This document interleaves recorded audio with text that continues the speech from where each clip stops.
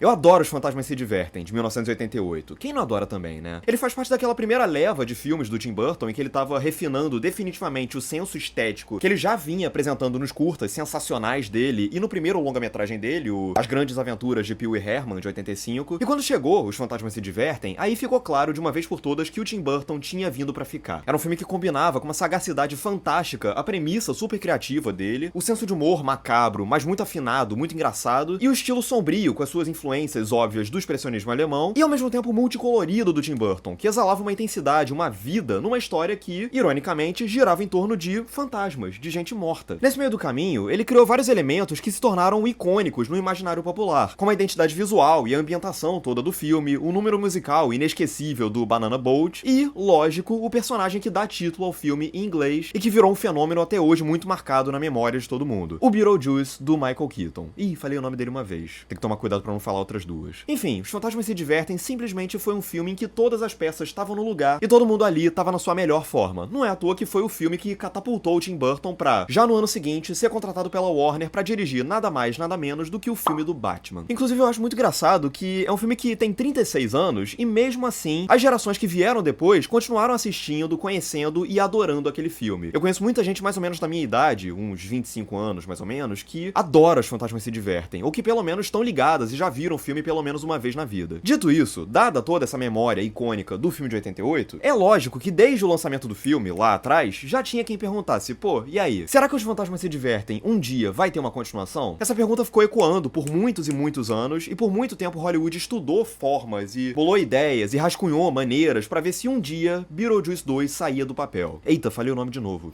Mas esse processo foi difícil, levou muito tempo, e durante anos e anos e anos, Os Fantasmas Se Divertem 2 pareciam daqueles projetos que iam ficar só na vontade mesmo, que nunca aconteceriam de fato. Mas aí, acabou que não. 36 anos depois, acabou que o próprio Tim Burton decidiu voltar e dirigir uma continuação super tardia pra aquele filme tão icônico. E o resultado estreia agora com Os Fantasmas Ainda Se Divertem, Beetlejuice, Beetlejuice. É, agora já foi. Se o Beetlejuice até agora não apareceu por aqui, então eu acho que agora ele não aparece mais não. Mas sabe uma coisa que podia aparecer aqui, antes da gente prosseguir com esse vídeo? O seu like aqui embaixo. Sim, curte o vídeo aqui embaixo e aproveita também, se inscreve no canal, ativa o sininho pra não perder a notificação dos próximos vídeos. E agora, também não se esquece de hypar o vídeo aqui embaixo, do lado da caixinha de comentários. Ah, e aproveita e deixa o comentário aqui embaixo também, que sempre é legal, beleza? A boa notícia que eu tenho pra dar é que, sim, Os Fantasmas Ainda Se Divertem é uma continuação muito digna do filme de 88 e que não embaraça ele de maneira nenhuma. E isso é uma coisa que eu considero uma grata surpresa, porque o Tim Burton dos últimos 15 anos mais ou menos, infelizmente, nem de longe remete àquele Tim Burton inspirado, afiadíssimo lá dos primeiros 15, 20 anos da carreira dele. Ele acabou sucumbindo aos próprios vícios e acabou que o estilo tão característico dele se reduziu apenas a uma muleta, a uma grife que ele pendurava preguiçosamente nos últimos projetos que ele andou pegando. Felizmente, não é o caso de Os Fantasmas Ainda Se Divertem. Puxando de cabeça aqui, eu acho que esse é o melhor filme do Tim Burton em muitos e muitos anos. Pra começar, uma coisa que me surpreendeu muito positivamente nesse filme é a maneira como ele lida com o passado e com os elementos já estabelecidos do original que são resgatados aqui. Eu sei que muita gente vai discordar, mas eu não acho que o Beetlejuice 2 seja um filme que se escora na nostalgia pra poder funcionar. Ele até pode ser acusado de ser um filme formulaico, de ser um filme que fica muito preso em repetir a mesma formulinha que deu certo lá em 88 sem se arriscar. Mas ele não é um filme que trata a nostalgia e a memória do passado como objetos de culto. É claro que ele tem muitas referências, mas essas referências elas são incluídas no filme muito menos como piscadinhas e muito mais como elementos que naturalmente fazem parte da dinâmica daquele mundo. Quando ele mostra algum elemento que já tinha lá no primeiro filme, ele não demonstra reverência ou solenidade alguma ao fazer isso. Ele não fica parando pra mostrar aquele item por vários segundos enquanto os outros personagens ficam olhando boquiabertos, com a trilha sonora toda solene. Não. Pra mim, o momento que melhor ilustra isso é quando eles trazem de volta a música Banana Boat, do Harry Belafonte. Eles trazem a música numa versão a capela, tem até no trailer isso, e isso pode parecer que é um ato de solenidade do filme, de prestar reverência a um aspecto icônico lá do primeiro filme, só que na verdade, essa versão, a capela de Banana Boat, ela surge muito mais como uma piada, como um sinal de irreverência, pelo absurdo do contexto em que ela é colocada no filme, do que como uma forma de tratar aquele aspecto do filme original como um santo graal. E esse senso de humor, de irreverência diante de coisas que outros filmes tratariam com solenidade, é a tônica do Beetlejuice desde o filme original, e que, mantida nessa continuação aqui, ajuda a estabelecer uma coesão entre um filme e outro. O espírito de Os Fantasmas Se Divertem não se perdeu. Isso é uma coisa que também continua se manifestando pelos aspectos estéticos do filme, porque, dessa vez, o Tim Burton ele deixa um pouco de lado aquela paleta pesada que ele vinha tendo em vários dos últimos filmes dele, e volta a abraçar as cores lúdicas e berrantes lá do Beetlejuice original. A fotografia do Harry Zambarloucos, ela encontra um ponto de equilíbrio equilíbrio perfeito entre as sombras, pra poder manter um aspecto macabro e até a influência expressionista daquele universo, e as luzes coloridíssimas, de cores vivíssimas, azul, vermelho, amarelo, verde. De novo, assim como no primeiro filme, é um contraste muito curioso que traz energia e vida, visualmente falando, pra uma história sobre mortos. Isso ajuda a ressaltar a ironia do todo. Da mesma forma, a direção de arte do Mark Scruton, ela também continua a fazer jus ao conceito e às influências daquele universo. É interessantíssimo perceber como que os dois mundos, tanto o mundo dos mortos quanto o mundo dos vivos, eles têm uma certa artificialidade na construção deles, e isso ajuda a ressaltar como que o filme inteiro se passa num mundo absurdo por si só, mas ainda assim, o universo dos mortos, o pós-vida, ele carrega consigo várias particularidades que tornam ele distinguível e, não menos importante, muito imaginativo. O padrão xadrez dos chãos, as paredes todas descascadas e, acima de tudo, a simetria total das perspectivas, das paredes, dos chãos, tudo é muito torto, tudo é muito assimétrico, e isso, de novo, é uma alusão direta às influências expressionistas do Tim Burton. Parecem saídas diretamente do Dr. Caligari, às vezes. E da mesma maneira, o Tim Burton mantém uma coesão com o universo do outro filme só pela decisão dele criar algumas sequências e alguns monstros específicos em stop motion, ou pelo menos em efeitos visuais que remetam ao stop motion. São tão poucas as oportunidades que a gente tem hoje em dia de ver, por exemplo, um verme de areia do deserto, à la Duna, em stop motion, que, quando tem, é uma grata surpresa. E o corpo desse verme de areia, ele ainda é todo listrado, então, mais Tim Burtoniano do que isso, impossível. Outro momento em que o stop motion é utilizado de uma forma bem inusitada é quando rola um flashback pra poder explicar por que o personagem do Jeffrey Jones não tá mais nesse filme aqui. Todo mundo sabe muito bem por que o Jeffrey Jones não tá no filme, mas o personagem, eles acham uma sacada orgânica e visualmente inventiva e graficamente bem sinistra pra poder tirar o rosto dele, literalmente. Eu só acho uma pena que esses momentinhos de flashbacks, eles flertem com estilos e influências interessantes de uma maneira rápida demais. Tem um momento que o Beetlejuice, ele explica o passado dele, a origem da vilã, e é um flashback em italiano e em preto e branco, com uma influência de horror italiano e tal, mas é uma referência que fica muito isolada naquele momentinho, que é um momentinho divertido, de fato, mas ele fica muito isolado nele mesmo. Ou seja, não dá pra dizer que o filme articule uma fusão desses estilos de uma forma muito imaginativa, porque ele só usa muito pontualmente quando convém e logo depois descarta. Não chega a ser um parasitismo, como eu falei lá no meu vídeo sobre Maxine, mas é um pouco frustrante isso. Agora, de qualquer forma, já que eu mencionei o Beetlejuice, é um alívio perceber que um dos aspectos mais memoráveis do primeiro filme, o Beetlejuice do Michael Keaton, continua impecável aqui nessa continuação. O Beetlejuice é um cara que, mesmo envelhecendo 36 anos entre um filme e outro, isso não significa que ele vai amadurecer e mudar muito em relação ao que ele era lá no original, porque, afinal de contas, ele já tem séculos de idade, então 36 anos pra ele são como 2 semanas a mais. Então o grande charme da performance do Michael Keaton aqui não é o que ele traz de novo pro personagem, que de fato não tem muita coisa, mas sim o quão afiado o próprio Michael Keaton tá, mesmo depois de 36 anos. A energia, a espontaneidade e o senso de humor e escrotão do personagem continuam intocáveis aqui. E é impressionante como que o Michael Keaton não perde o fio da meada e o pique do Beetlejuice em nenhum momento. E além disso, é curioso como que o filme consegue encontrar uma dinâmica nova pro personagem em dado momento, quando a Lydia Deeds,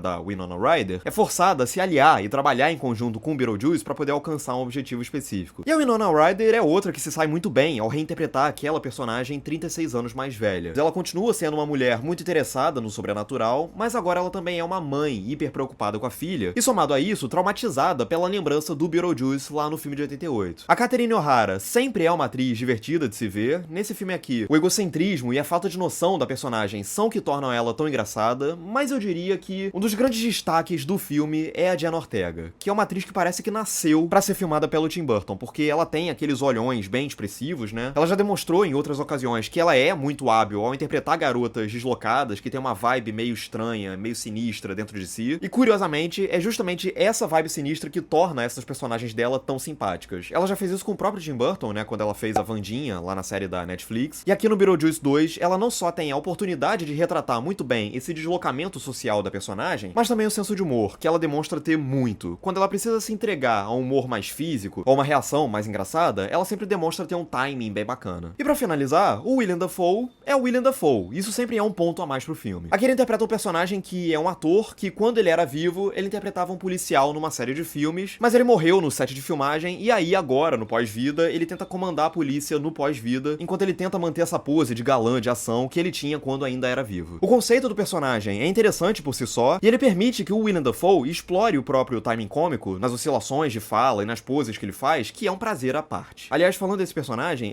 ele é muito interessante porque o crânio dele é exposto, por conta da explosão que matou ele antes. E aliás, a maquiagem desse filme, pra poder criar os mortos no pós-vida, os ferimentos, as cicatrizes, as texturas desses mortos é absolutamente espetacular. É um trabalho que funciona porque a gente sente uma fisicalidade real naquelas criaturas e ao mesmo tempo estabelece elas como parte de um universo insano, absurdo. É fantástico. Dito isso, Os Fantasmas Ainda Se Divertem é sim um filme que tem seus problemas, e são problemas que impedem ele de alcançar o mesmo nível lá do original. Pra mim, o mais óbvio, mais gritante deles é que o filme claramente é muito inchado. Ele tem personagens demais, ele tem ideias demais, ele tem situações e tramas paralelas demais, que muitas vezes se ligam de uma maneira muito frouxa. Pra mim é muito claro que isso é consequência do tanto de vezes que esse projeto aqui foi mexido ao longo das décadas. Foram tantos anos de versões e rascunhos e tratamentos diferentes que isso acaba reverberando, sim, no roteiro final do Alfred Gough e do Miles Miller. A gente tem a família Deeds tendo que superar a morte do pai. A gente tem a relação da Diana Ortega com o menino ali das redondezas, que é uma relação que me surpreendeu, me pegou no contrapé. Eu achei boa essa sacada deles. E ok, esses dois núcleos aí, eles até se ligam de uma forma consistente, até vai. Mas além disso, ainda tem a Diana Ortega querendo reencontrar o pai. Tem o policial do William Dafoe montando uma mega operação pra ir atrás de todo mundo. E tem, ainda por cima, pra piorar as coisas, uma vilã interpretada pela Monica Bellucci, que tá namorando com o Tim Burton na vida real, por sinal. E assim, essa vilã, visualmente, é muito interessante, como tudo no filme. A cena dos pedaços do corpo dela saindo de várias maletas e se grampeando até assumirem forma humana é muito inventiva. Só que essa vilã, ela passa a maior parte do tempo sobrando e vagando alheia, como um espírito zombeteiro no filme, sem ter o que fazer. Isso vai criando uma expectativa pra aquela personagem ser importante, que no fim das contas, meio que não se cumpre. E aí que vem o ponto. Essa personagem, ela tem uma única função no filme inteiro, que é lá no clímax. Ela tem uma utilidade pra narrativa só lá no finzinho mesmo. E aí, pra não ficar parecendo que a chegada dela no final é um deus ex machina, os roteiristas decidem incluir ela desde o início do filme. Só que isso não é o suficiente, porque ao longo do filme, ela parece deslocada demais de todo o resto e fica a sensação de que ela tá sobrando. O filme não consegue amarrar ela de maneira consistente com todo o resto, pra diminuir essa impressão. Então sim, Beetlejuice 2 é um filme que tem problemas. Mas, porém, no entanto, todavia, na maior parte do tempo, ele funciona surpreendentemente bem. Ele tem energia, dinamismo e ele consegue evocar a memória do filme de 88 sem manchar ela e sem ficar se aproveitando dela de maneira tonta e gratuita. É uma continuação que parecia pronta pra naufragar, mas que, quem diria, até que se saiu bem. Eu curti Os Fantasmas Ainda Se Divertem. E deixa eu perguntar uma coisa, será que a essa altura é pedir demais pro Tim Burton fazer mais um Batman?